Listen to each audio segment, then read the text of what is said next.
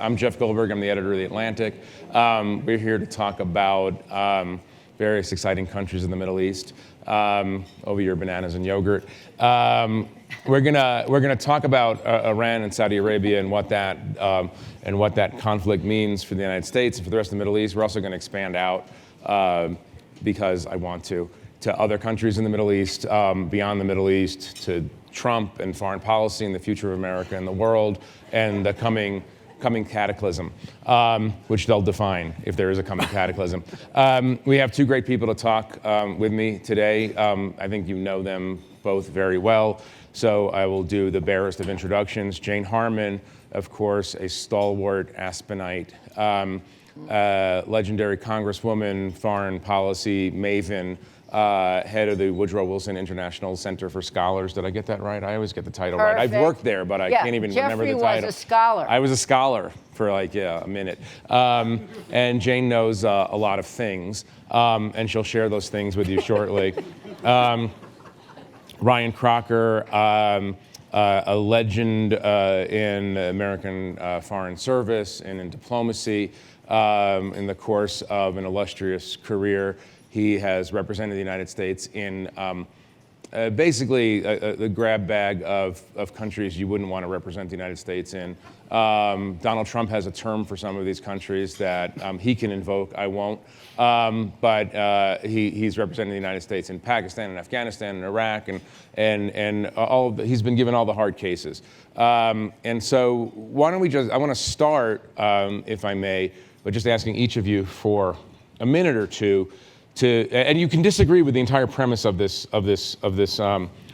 session, but let me put it to you: is the conflict between the Islamic Republic of Iran and the Kingdom of Saudi Arabia, is that the defining conflict of the Middle East today, or are there other more important, more salient, or deeper things going on as well? And then we could broaden it out. Why don't we start at the end and then move to Jane? Ryan knows more. So. No. You're a scholar. Well, first, it's great to be here. An important time to be here. To understate it wildly, the Middle East is probably the most complex and unpredictable region in the world. Always has been, is now. There are a number of ways to try to frame it up. Clearly, the Iranian-Saudi rivalry is one of them. But as you suggest in your point, that it's not the only. Not all conflicts can be explained in those terms. Libya, for example, right. That is not one of them. Where there is a Sunni-Shia divide, you'll probably find both of them engaged, more or less. But we can talk about the nuances of that. This is all about nuance. If it's too early in the morning to do nuance, you're probably in the wrong place. Right. So another way to look at it. Internally, what do all of these countries in trouble have in common? By and large, at least one thing: a failure of governance, an inability to deliver services to citizens, be that security, economic opportunity, education, so their kids will have a better life than they do. The Middle East, for the 100 years of its modern existence, has not been able to develop that. I would consider that a more important arbiter than the Saudi. So the main conflict is between the people and their failed governments, with everyone else piling in to take advantage of it, right? Both internationally and regionally. Stay on the Saudi-Iran point just for 1 minute and explain why they don't like each other. Well, this, in my view at least, it's not about religion. It's about politics. I'm big on history. That's something we Americans don't do terribly well. Don't bother me about yesterday. It's all about tomorrow. Well, history may deal you a tomorrow that you really aren't going to like if you don't understand yesterday. Yesterday, in point here, Nixon doctrine coming out of Vietnam, don't want to fight a major ground war anywhere else anytime soon, so we go to this concept of regional allies. That was fully realized only in the Middle East. And who were the regional allies we counted on for security in the Gulf in the 70s? Iran and Saudi Arabia. Iran, under the Shah, had a virtual Israeli embassy in the 70s. The legendary Yuri Librani was everything but the Israeli ambassador. The Iranians deployed troops into the Arabian Peninsula to help put down a communist rebellion in Oman at the request of the Sultan. Did the Saudis go batshit? No, they facilitated it. So what we're talking about here is not religion, we're talking about power. Do you agree? This is not a religious conflict, it's a political power dynamic? I think it's partly religious. First of all, happy anniversary, Jeffrey and thank Pamela. you. Let's understand. Pamela you. Reeves made Historic- Jeffrey the another rock historic star that he occasion. is, Yeah. and he even said so I say that too. This is good. Just let me know when the embarrassing part is over so I can look up. It's never going to Yeah, be over. it's never over. And also, to Ryan, in case you missed this movie, he was ambassador to 6 tough places. And when our embassy in Beirut was blown up, which was the first act of modern terror, according to Robin Wright, who is a part-time scholar at the Wilson Center and part-time at USIP, and totally brilliant, never eats or sleeps. Anyway, when our embassy was blown up, Ryan and his wife were there, knocked against the wall, fled, but Ryan came back to save other people. I mean, this guy he got the Medal of Freedom. He deserves 10 medals of freedom.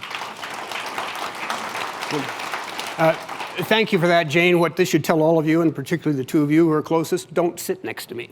Right. Right. No, We're no. okay in door hosier. No, if it washes off, I'm sitting next to you at all times. So, yes, I think there is a religious piece to this, or at least a perverted religious piece, but I think there are at least 3 major wars, divides going on in the Middle East now. I think Sunni Shia, whether it is manipulated or not, is one of them. I think there's a geopolitical war between the US and Russia Russia's winning that because we seem to be retreating and we can't seem to articulate what our strategy is anyway. And this is not just a rant against the Trump administration. The Obama administration couldn't do it either, and Congress hasn't been particularly helpful. But there's also terrorism. And yes, it breeds in failed states and ungoverned territories. But it is, we haven't defeated terrorism. First of all, terrorism is a tactic. But we haven't defeated extremist violence that has something to do with the Muslim religion. And I just finally say, I don't know why it is such a big deal, and if I'm offending anyone, I'm sorry, about this argument about who is the real successor to the Prophet Muhammad, which is what this issue is between Sunni and Shia. But they did get along for a long, long time, and now they don't.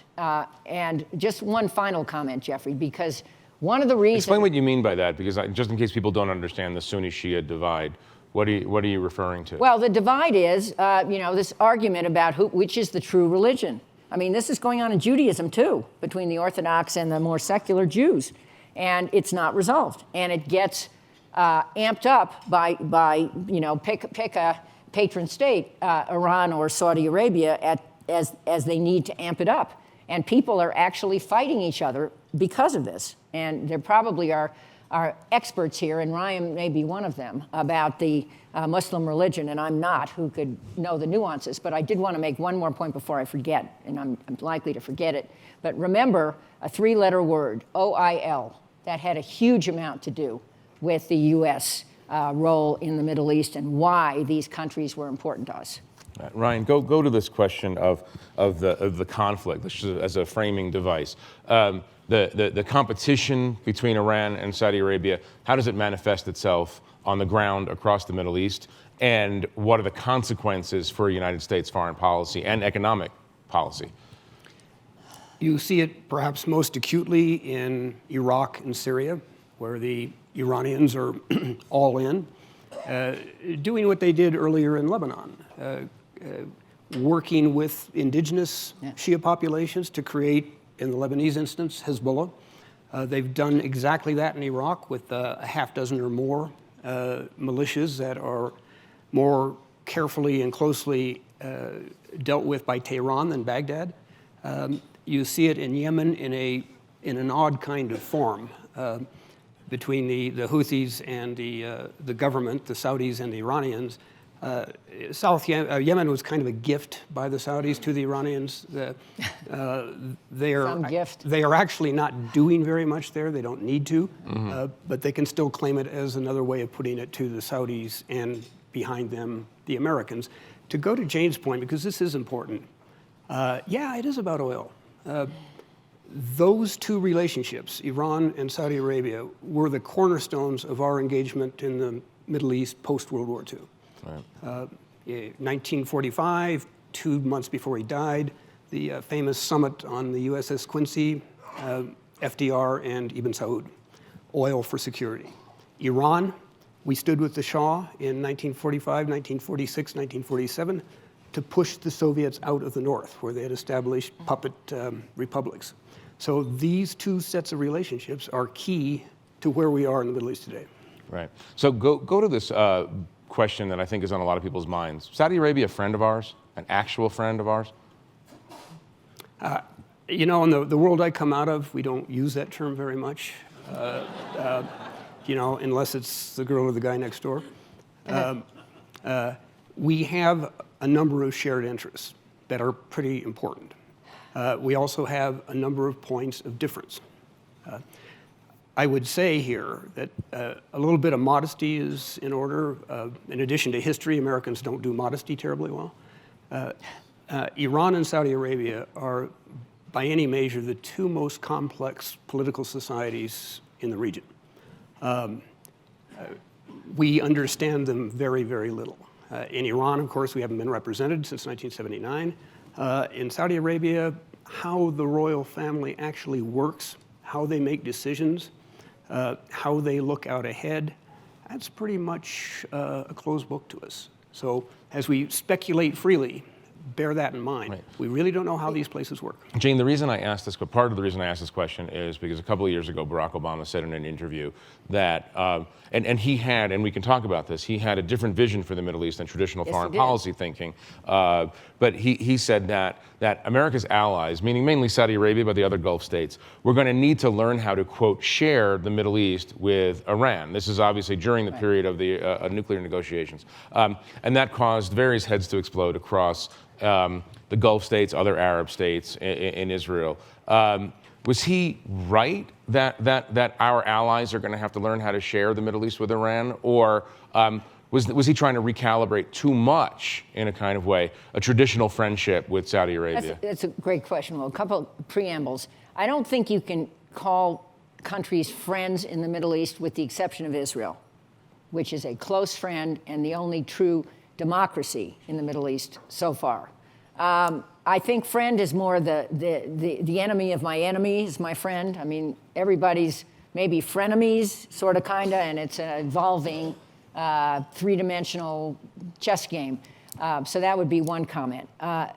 Obama, you interviewed him. The interview that everybody has to read is Jeffrey's interview. I mean this. Yeah. Now I'm going to say something nice, and I mean it. It was nice before with the anniversary, too. Well, I was about Pamela. That wasn't about you. All right, that's a good point. The interview of Obama is Jeffrey's in the Atlantic magazine 2 years ago? 2 years ago. Where he defended his inaction in bombing Syria and a number of other things that were very interesting. I mean, he thinks he did the right thing. I personally don't. But nonetheless, it was an interview about his view of the Middle East. And to remind everybody, he went to Cairo, I think it was Cairo. It was Cairo. Early in his administration and sketched out a different vision for the Middle East. Which was impressive and surprising and never happened.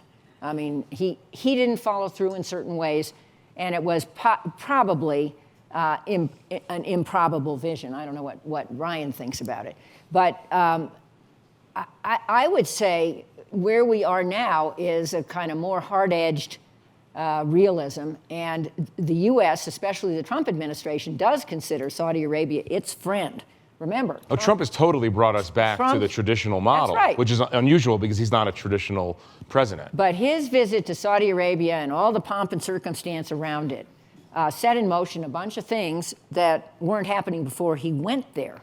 Among other things, right after that, the Saudis and the Emiratis basically made war on Qatar, which is also a Sunni Arab state, just to remind. But is next door to Iran and shares oil fields with Iran. Oil is coming back here.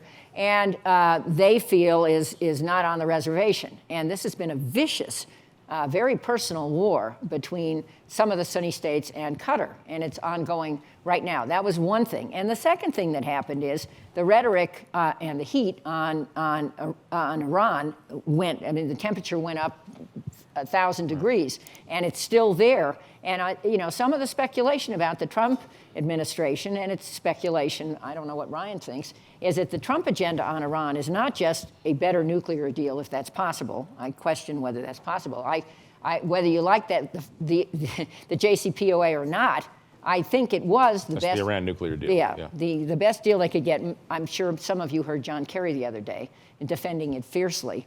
But at any rate, whether you liked it or not, the fact that it was in place and at least for the moment stopping some of Iran's or all of Iran's work on its nuclear program seemed to me was a plus. But at any rate, there is speculation that the Trump administration agenda is not just to try, whether it can succeed or not, to get a better deal, but also to cause regime change in Iran from outside, not just from inside. But go to this question, maybe both of you can take this question on.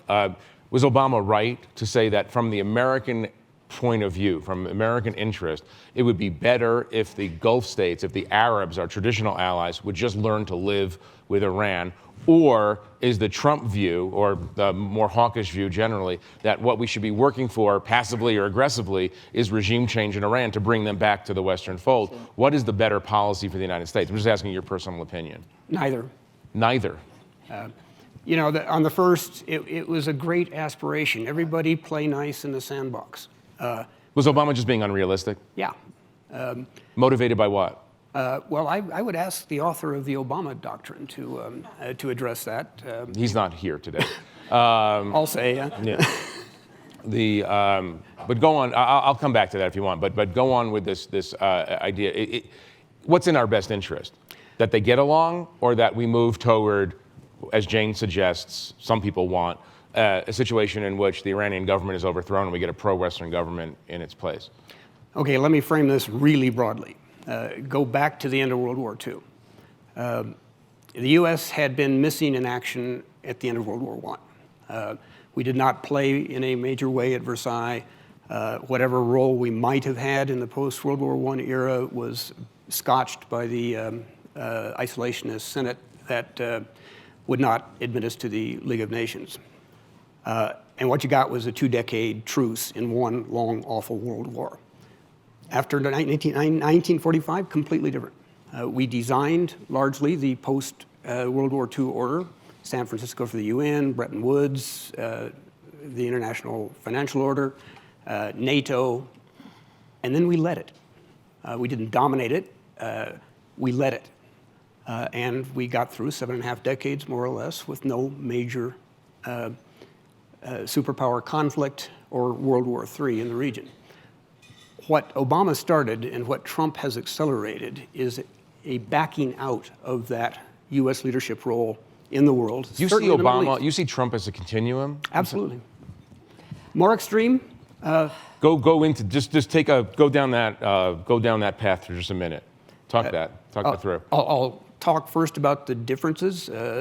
Trump, everybody's going to love this. Trump is kind of Obama on steroids. Trump pulled us out of the TPP. No, let him talk. Trump pulled us out of the TPP. Trump pulled us out of the Paris Agreement on the environment. Two signature events of the Obama administration, as well as the Iran nuclear agreement. To the sense that they are following each other, well, look at some of the language that you recorded. They talk about the free riders. Very similar. Free riders in the region. Free riders is a reference to NATO countries that don't Exactly. pay enough money to the United States for their common defense, right? Among other things. Okay. And again, he backed us out of Iraq. Well, guess what? You don't end wars by withdrawing your troops. You simply give the battle space to the enemy. Iran on one side, Islamic State on the other. That was the legacy, again, of the kind of the Obama retrenchment, if you will. Afghanistan. He was determined to bring us down basically to an advisory mission within the embassy. Fortunately, he stopped short of that, given a lot of the heat coming not exclusively from Jane Harman, but among others. So he She could bring the heat. Yeah. Yep. There, You bet. You hear it here first. So again, I see an awful lot of continuity here on all the worst issues. Syria. The Obama administration insisted that this was a military conflict and it could be settled by military means. We defeat Islamic State in the field, we win. We're done. That's exactly where Trump is today. We defeat them militarily, we win, we're done. So, yeah, a lot of threads of continuity. Now, obviously, I'm overgeneralizing to keep people awake. There are lots of other factors and differences that play in there. But at a post-World War II strategic level, way too much commonality for my comfort. So decline and retrenchment leading to more accelerated decline and more accelerated retrenchment. I want to put a pin because I don't want to forget to come back to the Saudi, Iran, and what's our best interest there. But I know that Jane wants to go defend President Obama. I sense it. I guess I start in a different place and I end in a different place. Other than that, I agree with you. But where I start, the middle, they're just so together, right in the middle. And we're going to do this in the next panel, and you're all going to march over there, and Jeffrey's going to be in the audience too. I know Pamela's coming, so it's up to you, Jeffrey. But we're going to talk about Iraq and Afghanistan. But you have to roll back the videotape to the beginning of those wars to remind Afghanistan, everybody gets, it's right after 9/11. We were going after the people who attacked us. We actually had an authorization to use force. We did it pretty effectively, pretty quickly, and then we didn't have a strategy after that, my view. We can discuss that in the next panel. And Iraq, different reason. They had WMD, which they didn't have, but that caused some of us to support our action. Others supported it for ideological reasons. And again, the prosecution of that war, very problematic. But why I'm putting that out there is you get to Barack Obama. He ran for president, pledging to get us out of Iraq. He thought it was a bad war. He wasn't in Congress yet. He didn't vote on the war. And so that was his history. Trump also thought those wars were bad. So that, in that way, the frame is the same. But everything after that, I don't think is the same in a number of ways. I think that Trump's mantra as president is, ABO, anything but Obama. He gets out of every single thing that Obama started. So in that sense, he's totally different from Obama. But I also think... You don't think Obama was a declinist? Obama was... I don't know what does declinist mean? It means that President Obama believed, I think, that unusual among American presidents, at least until this president, that America can do as much harm as it does good in the world, and that America has to be very, very careful about the application of its power because we've made too many mistakes.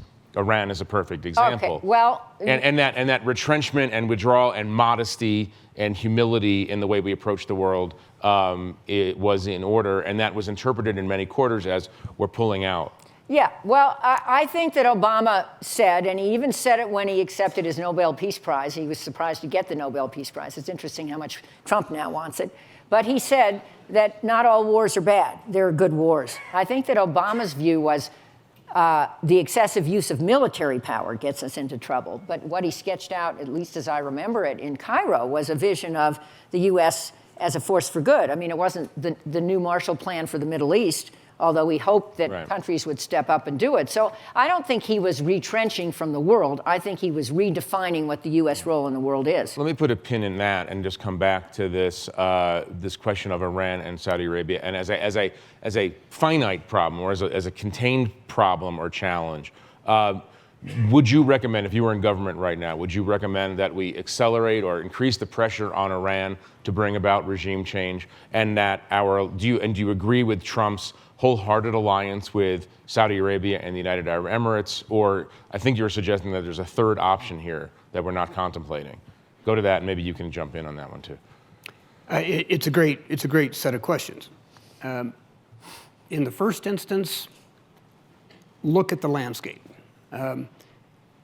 Diplomacy, national security policy is often a choice between bad and worse. There are no really good options out there. There is not, for example, the choice between autocracies and democracies. As Jane says, there is only one complete democracy in the region. So what kind of choices do we have? I would say it's the forces of order versus the forces of disorder. Who are the forces of order? Our traditional allies in the region. again going back to 1945. Who would those be? Saudi Arabia and the other Gulf Cooperation Council states, Jordan, Israel, Turkey. Turkey is not part of the Middle East, but it used to own it. These are Egypt, absolutely. These non-revolutionary states. Yeah, the status quo states, if you will, but forces of order in that 1945 vision we had of U.S. global leadership, including or especially in the Middle East. So you shore up those relationships in the first instance, and you do it with your ears open and your mouth largely shut. That would be the third thing Americans don't do well, but it is important. So you talk to our traditional allies. What are you worried about? What do you want to achieve? What are the risks? What are the benefits? What would you like to see the U.S. doing? That is the approach, I think, that makes sense. If you're going to talk about regime change in Iran, I'm a veteran and a survivor of regime change in Iraq. So how is this going to go down? We knew we could get regime change in Iraq. But are you for it what? for moral reasons, if not for practical reasons? Regime change? In Iran? Dear God, no. Why? Well, look at the stats. How many Iraqis have died since 2003? How many Americans have died? For what? For a country in which the dominant power is not the United States, it's Iran. Hard to make anything good out of that, morally or strategically. Right. And I would say, who's for the regime in Iran? Certainly I'm not. But I am for punishing Iran's malign behavior in the region, which we were doing even with the Iran nuclear deal and should have been doing more of, and I think we will be doing more of it. I mean, Iran is the biggest sponsor of terror proxies anywhere, and they are all destabilizing what little stability is anywhere else in the Middle East. Plus, Iran has an aggressive agenda, it seems to me. I mean, the Shia crescent is a real thing. It's not a fake thing. But I would say, let the Iranian people decide who they want to govern them. We saw this movie in the 50s when we pushed out the leader of Iran. We certainly saw it in Iraq, and it doesn't lead to any better outcome for the people there or for us. Before we go to questions, and we're going to go in a minute, I want to ask you a very broad question. Does any of this matter? Which is to say the following. Barack Obama desperately wanted to pivot away from the Middle East and toward East Asia. Donald Trump is not an isolationist per se, but he doesn't have any particular interests. I mean, he has commercial interests, obviously, in the Middle East and transactional interests around the world. But he has no ideological or visionary interest in maintaining American power in the Middle East. Are both of them right in a kind of way? Does this region just not matter as much as we think it matters? To American interests particularly. It's very interesting. You raise the so-called pivot to Asia, what Obama very much wanted to do.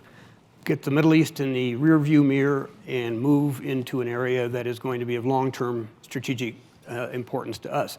But here's the thing. If you look at it in anthropomorphic terms, if you pivot to Asia, you're exposing your backside to the Middle East, which is going to take a big, nasty bite out of it, which it did. Yeah, I wish we could ignore the Middle East. That would be totally great. But the Middle East isn't. Why would it be totally great? To be able to say, look, there is no strategic threat to us or our closest allies coming out of the Middle East. We'll just let them sort out their own things or not our issue. Again, going back in history, 1990, 89, 90, the defeat of the Soviets in Afghanistan. We had been allied with Pakistan to fuel and train that Islamic resistance to Russia. Be careful who you choose. It was the only serious mistake in foreign policy that the George H.W. Bush administration made, to say our work here is done. We can see the Civil War coming, not our problem, that's their problem. Right. And guess what? Yeah. 9/11, 2001, it became our problem. That came out of the Afghanistan that we decided we were done with, that invited in Al-Qaeda, gave them the space to plan operations, and guess what? A really big problem for us. Right. So go to this question. If we left tomorrow, What's the difference? Well, I think we should not leave tomorrow. I think we should not leave ever. I think the U.S. is, the shining city on the hill. I think we have values. They're a little tarnished at the moment, but we have values that make this the exceptional nation. Not the people in it. Not that we're all not swell, but we're in Aspen, for God's sake. But it's our values that are exceptional. So I think we have an obligation to. I may sound like Obama, but that's okay. I kind of buy into that, to do what we can to help this world and the burgeoning number of people in it live better lives. But specifically in the Middle East, let's not forget about Israel.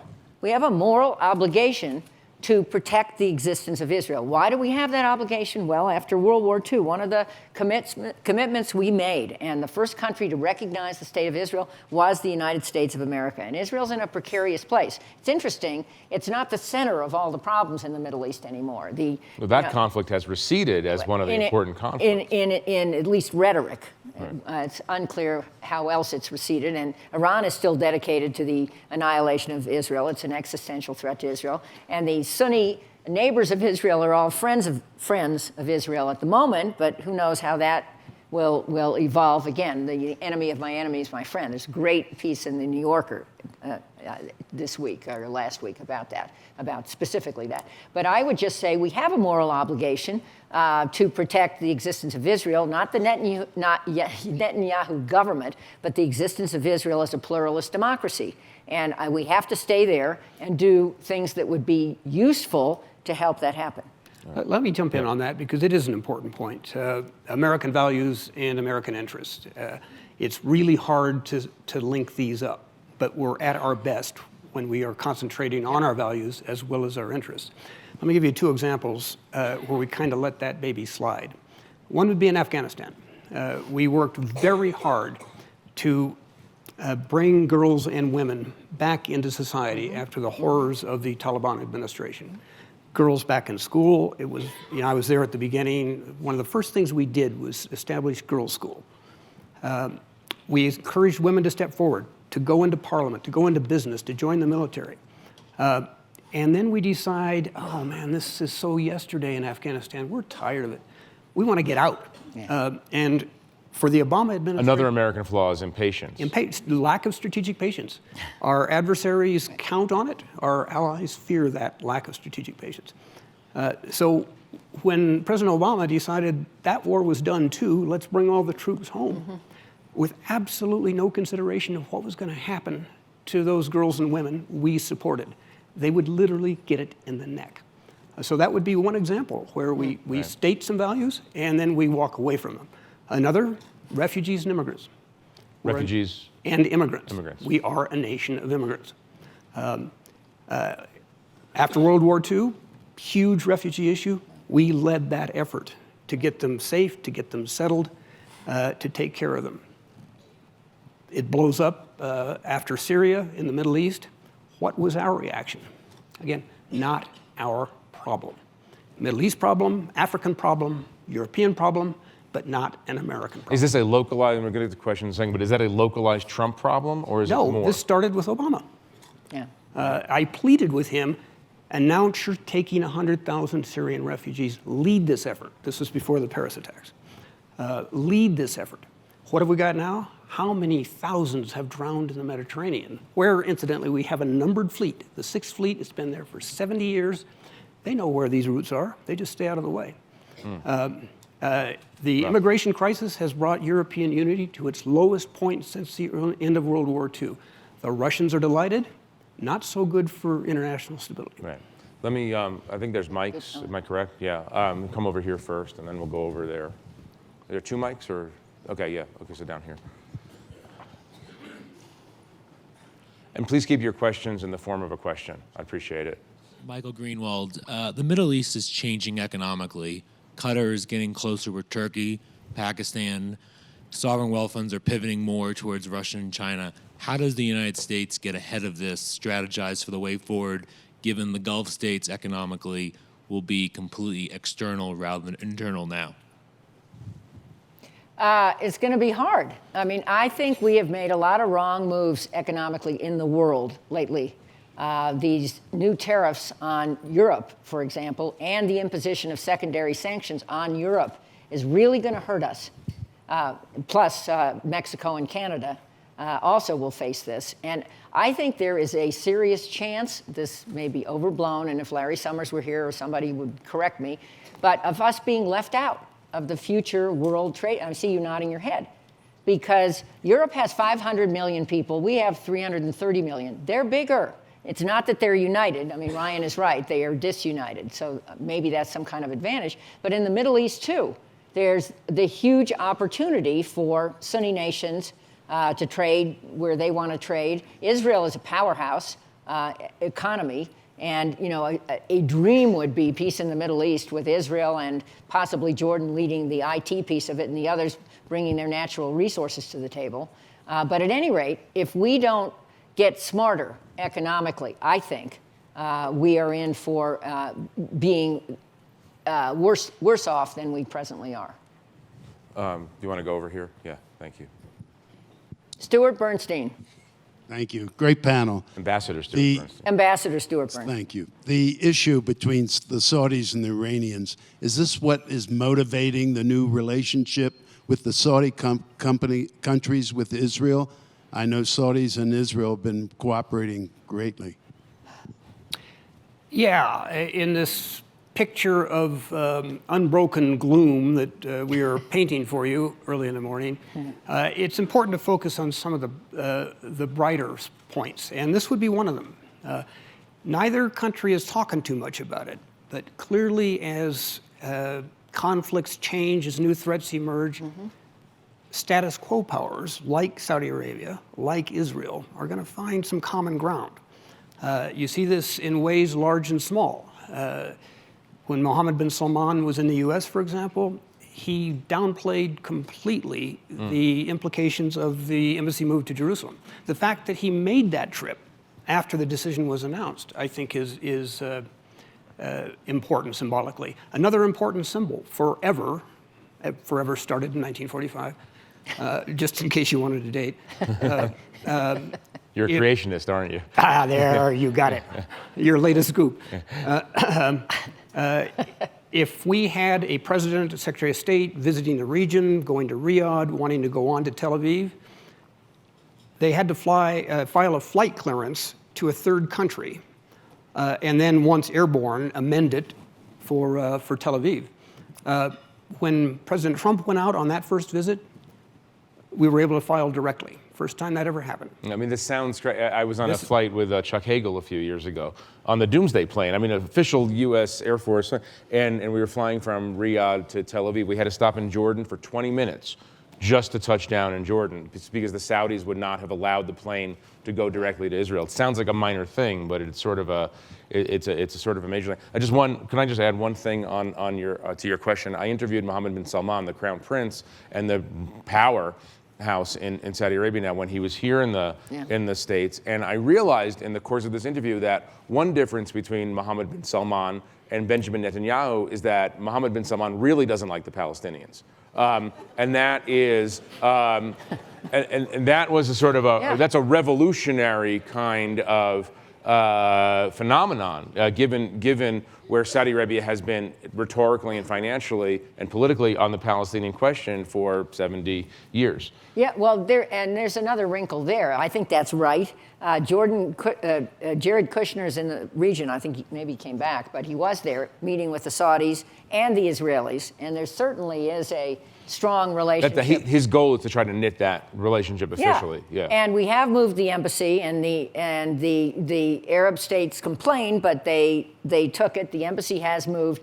No, nobody likes the Palestinians. So where does that leave the two-state solution? I was hopeful, and Trump said he wanted this, that he would find a new way to kind of put this thing together, because the efforts that Obama made obviously failed. And if this doesn't get put together, given the birth rates, the Orthodox Jews have high birth rates too, but I really worry, because I'm the one who's been talking about Israel here, that Israel will be over as a pluralist democracy. And I think that's really bad for Israel, and it's really bad for Israel's security in the region. Right. I can't see that well, so I think there's a hand back there. Can you, yeah. One of the things that President Obama and President Trump have in common is a contempt for foreign policy elites. If the elites are for it, they're against it. And so it makes it very tough to influence them along the lines of the good advice that has been presented on the panel. Is that Peter Fever? Yes, this is Peter Fever. Are you part of the elite? I was. You were. Now he just stays in Aspen. Yes. So the question is, heartland. what are the avenues for influence when you're dealing with a leader like that, for whom these kinds of arguments have the perverse opposite effect of driving him away from doing it? I'm wondering if Ambassador Crocker has experience dealing with Maliki or something, who would say these are the techniques we used dealing with other leaders who share the same kind of quality.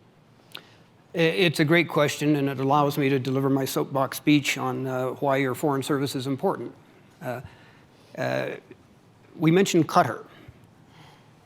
We have a major air base in Qatar. We have almost 10,000 personnel on the ground. It is absolutely crucial to our involvement in Afghanistan, Iraq, and Syria. I negotiated that base agreement. The military doesn't negotiate its own overflight, landing, basing, or refueling rights. Foreign Service does that. We know the region, we know the actors, we know how to approach them, we can approach them in their own language. We're the ones who get those deals done. If we were to continue on the Tillerson model, our capacity to do that in a future conflict would be gravely imperiled. I'd like to go back, though, again, to knit this into the broader Middle East. President Trump benefited hugely by not being President Obama in the Middle East. That's why he was so warmly welcomed in all of those status quo states, led by Saudi Arabia and by Israel. The relationship between Netanyahu and Obama, now legendary for its venom, but it affected the whole relationship. If we're getting that back on track, that is good for both of us. Again, coming back to the Foreign Service and that metaphor that I'm extending wildly, Mike Pompeo benefits hugely in the Foreign Service by not being Rex Tillerson. Tillerson did more damage to the department and the Foreign Service than any previous Secretary of State. Mike Pompeo, whatever you may think of his ideology, he is an organization guy. His Army experience shaped his thinking in that regard. As Director of Central Intelligence, he was widely respected within the building because they were his team. He made that clear at day one. So I hope very much, he's already taken some steps to lift the hiring freeze, which was strangling us, literally. He has said all the right things. I hope very much he carries forward and does the right things by understanding a foreign service is like a military service. We don't make policy. We advise on policy. We implement policy. Nobody elected us. We want to further the aims of the administration that is in power. That's what we do. Republican, Democrat, it doesn't matter. My 6 embassies, 3 times for Republican administrations, 3 times for Democratic administrations. That's the foreign service you still have. It is the foreign service you desperately need to grow. Can we go over here? Oh, wherever you choose. Sorry.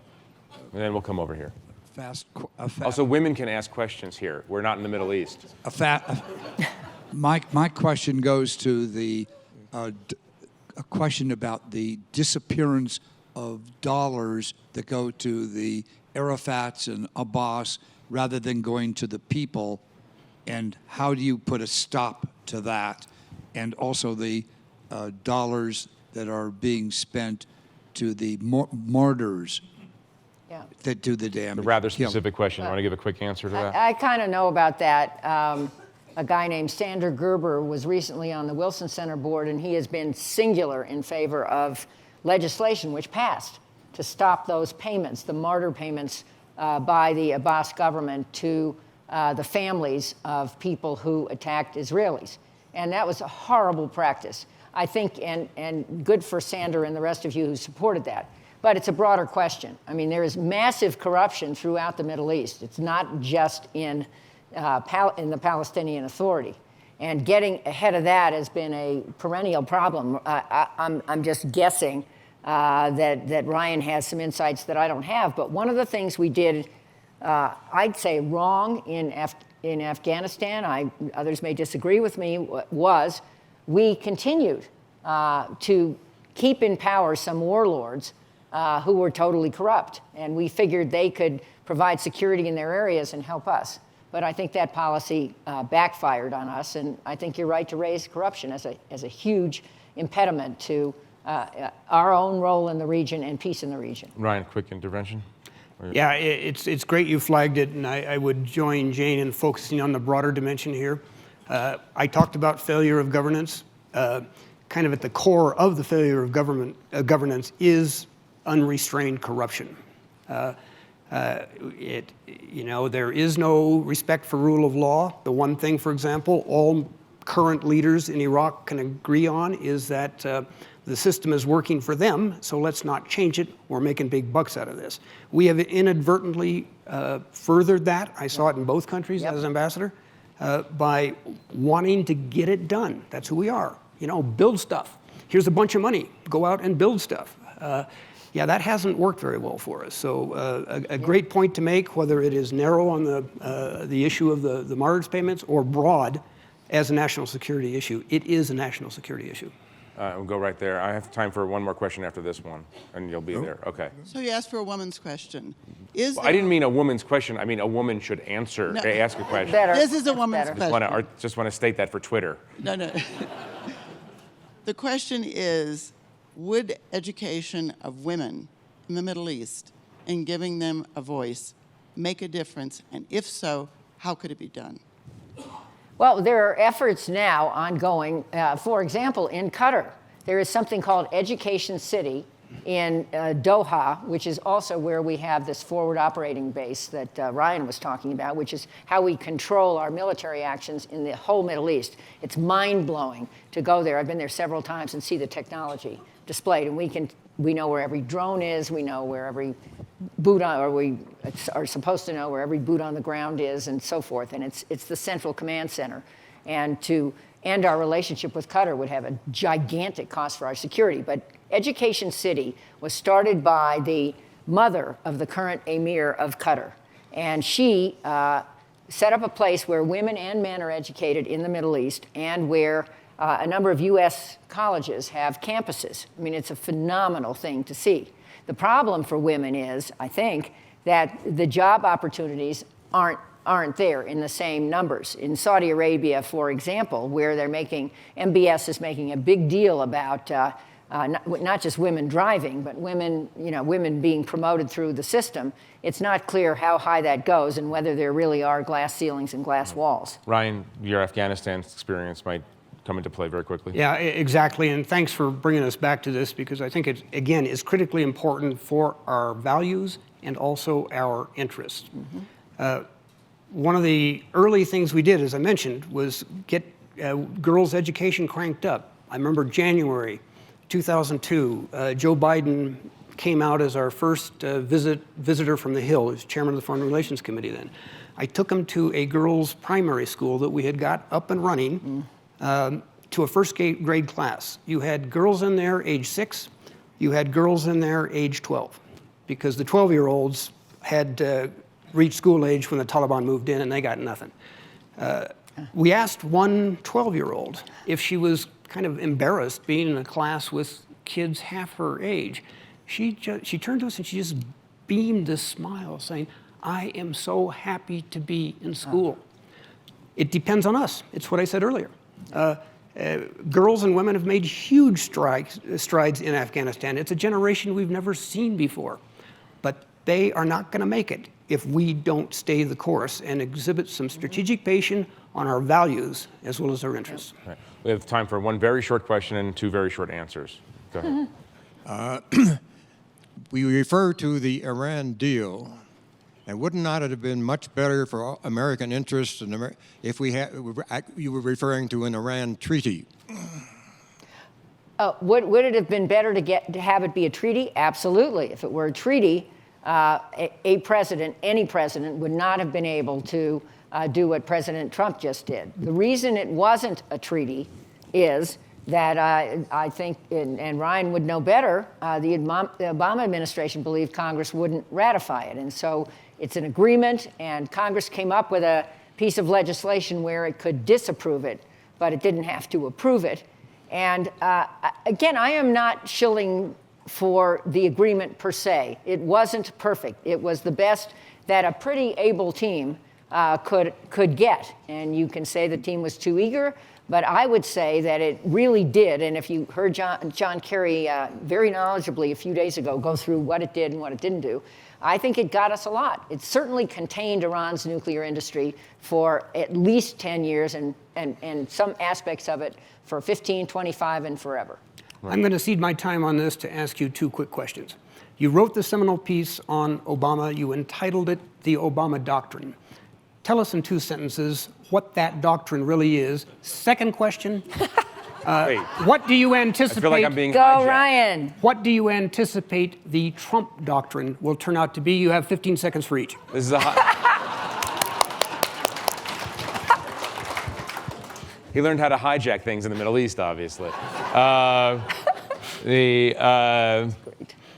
Obama in really one sentence, the Obama doctrine is a tragic understanding that humans are flawed and that America is flawed and that America is capable of doing harm through its application of power and just its sheer size, is likely to do harm, is likely to do good. And they're specific, obviously, you could look in the Middle East context, you could say that the Obama doctrine really was pivot away from the Middle East. This is a swamp.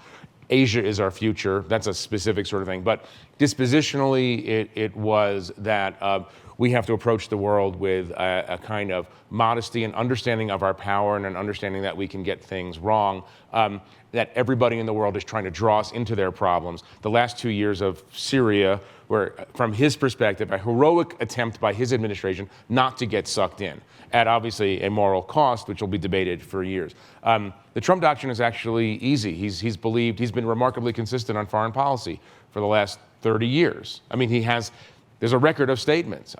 He loathes alliances, mistrusts allies, doesn't like free trade, all for the same reason, which is that he feels that since World War II, we've been ripped off by we're the richest country in the world and everybody sees us as the piggy bank. So he has to end those things. He doesn't believe in multilateral alliances because, again, thinks that it's just an attempt by people to bring us into their problems.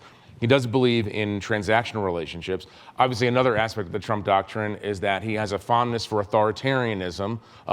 And on a personal level, on a state level, he has a weakness for authoritarian strongman figures, which is a piece of the final observation, which is that he's more than a hard-nosed realist. He's an extreme transactionalist, which is to say, all there is business deals between countries and among countries. There's no layering in of anything having to do with morality or human rights or the shining city on the hill or America as a beacon of freedom and democracy. It's just they have a thing that I need to buy and I want to sell them some stuff, and that's about it. But it is, you might not agree with it, but there is a coherence to his worldview, and unlike most people, there hasn't been, and I don't say this, I'm trying to say this in a non-sardonic way, there's not a learning curve, which is to say events in the world, observable events in the world and changes don't affect the way he views the world. Is that fair? I hope you wrote this down. No, I don't want you to write it down. Anyway, thank you very much. I'm sorry for the hijacking, but thank you to our panelists. This is great.